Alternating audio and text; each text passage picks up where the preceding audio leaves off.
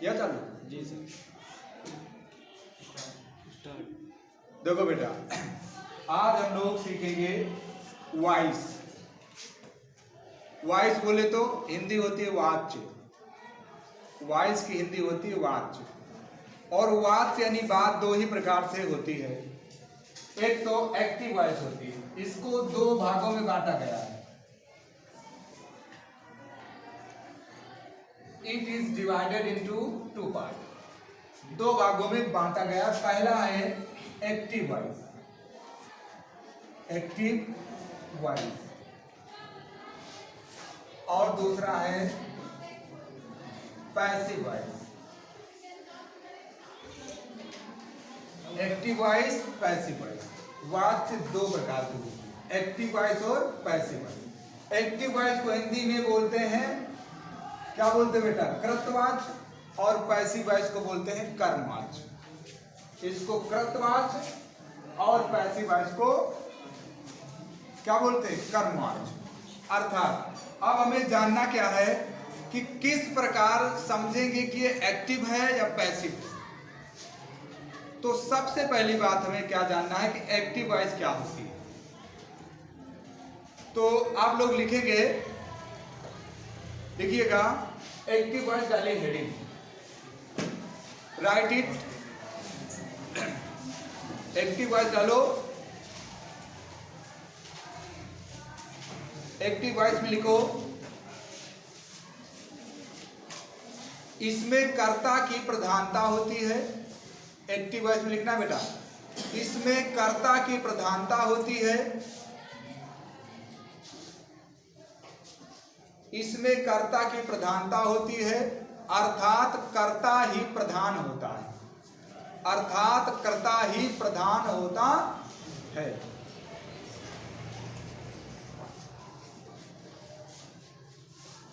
अब बेटा ये प्रधान प्रधान वाली बात थोड़ा कम समझ में आ रही होगी आपके। देखिए, यानी प्रधान का मतलब क्या होता है? प्रमुख, यानी प्रमुख जो इसमें मेन भूमिका होती है उस सब्जेक्ट की ही होती है। तो कुछ उदाहरण से मैं आप लोगों को समझाने का क्या कर रहा हूं? प्रयास कर रहा हूं। देखिए, एक्टिव वॉइस में, जैसे एक्टिव वॉइस में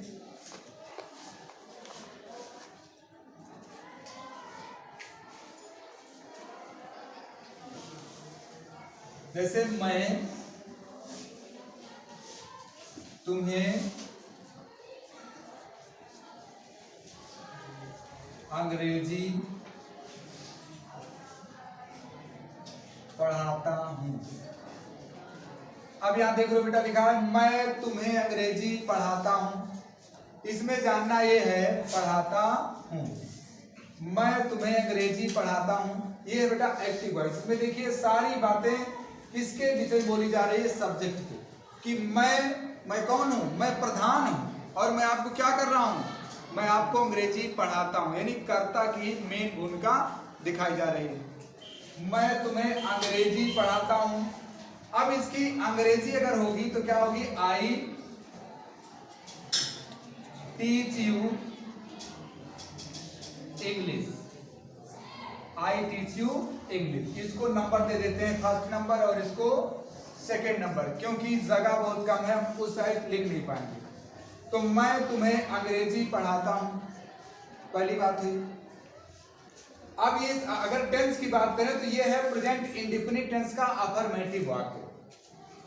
क्या है? This is sentence belongs to किस टेंस? Present indefinite tense. तो आई टीच यू इंग्लिश हो गया। अगर हम पैसिव वॉइस की बात करें, पैसिव वॉइस क्या है?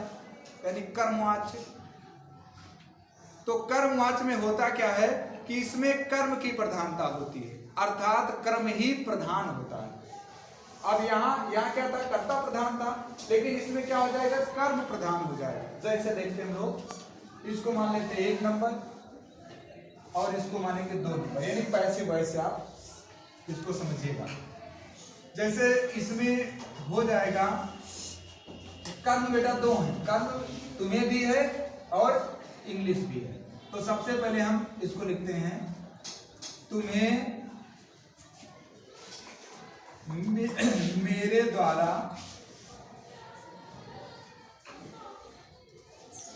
अंग्रेजी पढ़ाई जाती है। बेटा हिंदी थोड़ा दिक्कत में है, हिंदी हम थोड़ा लिख नहीं पाते हैं ठीक से, तो तुम्हें मेरे द्वारा अंग्रेजी पढ़ाई जाती है। अब जरा देखिए, जो इसमें का कर्म था पैसिव वॉइस का क्या बन गया है, सब्जेक्ट बन गया है, कर्ता बन गया है। इसको ऐसे भी किया जा सकता है कि जैसे अंग्रेजी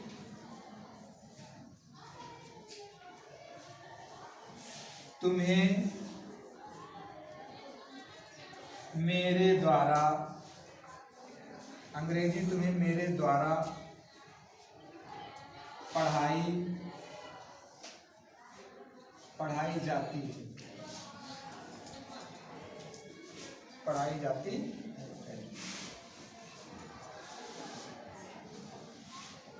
पढ़ाई जाती है।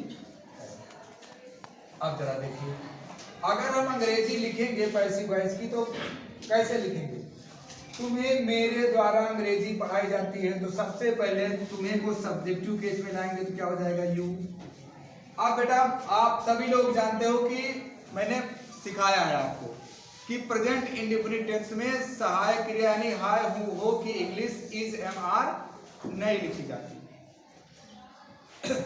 लेकिन अगर पैसिव वॉइस बनेगी तो इसमें हम इज एम आर का प्रयोग करेंगे। ये तो सिंपली मैं आपको सिर्फ एक्टिव और पैसिव सिखा रहा हूं, अभी टेंस पर नहीं। जैसे यू आर और वहां क्या लिखा है पढ़ाई जाती है, तो यू के साथ क्या लगाते हैं, आर। यू आर और टीच को थर्ड फॉर्म में लाओगे तो क्या हो जाएगा, टाट। यू आर टाट इंग्लिश, यू आर टाट इंग्लिश।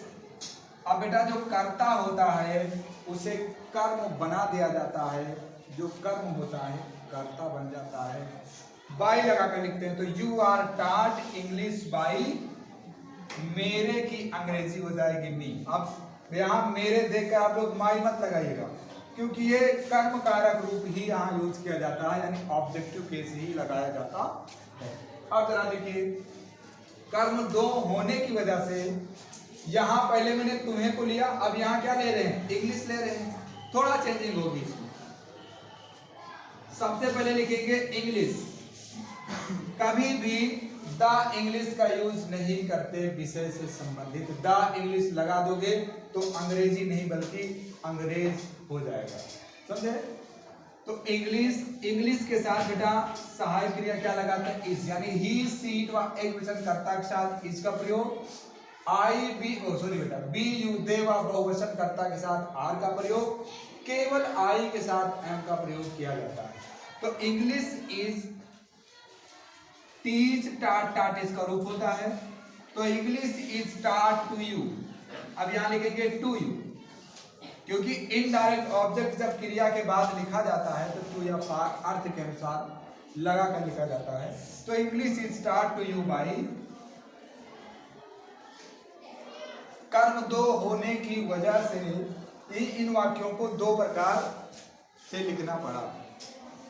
अब आप लोग इसको नोट कर लें, फिर मैं आपको दिखाऊंगा कि कैसे क्या चेंजिंग होती है। अब यहां तक आप लोगों ने देखा कि जो कर्ता होता है कर्म बन जाता है पैसिव वॉइस का, और पैसिव वॉइस का कर्म जो है एक्टिव वॉइस का कर्म पैसिव वॉइस का क्या बन जाता है, कर्ता, और एक्टिव वॉइस का कर्ता पैसिव वॉइस का कर्म। अब यहाँ देख रहे हो आई था, अब यहाँ क्या बन गया, बाई भी। इसमें का कौन था कर्म, यू था, तो यू यहाँ क्या बन गया, सब्जेक्ट। यानी चेंजिंग क्या देखने को मिली हमें कि जो एक्टिव वॉइस का सब्जेक्ट होगा पैसिव वॉइस का क्या बन जाएगा, कर्म बन जाएगा, और एक्टिव वॉइस का कर्म पैसिव वॉइस का सब्जेक्ट बन जाएगा। ठीक,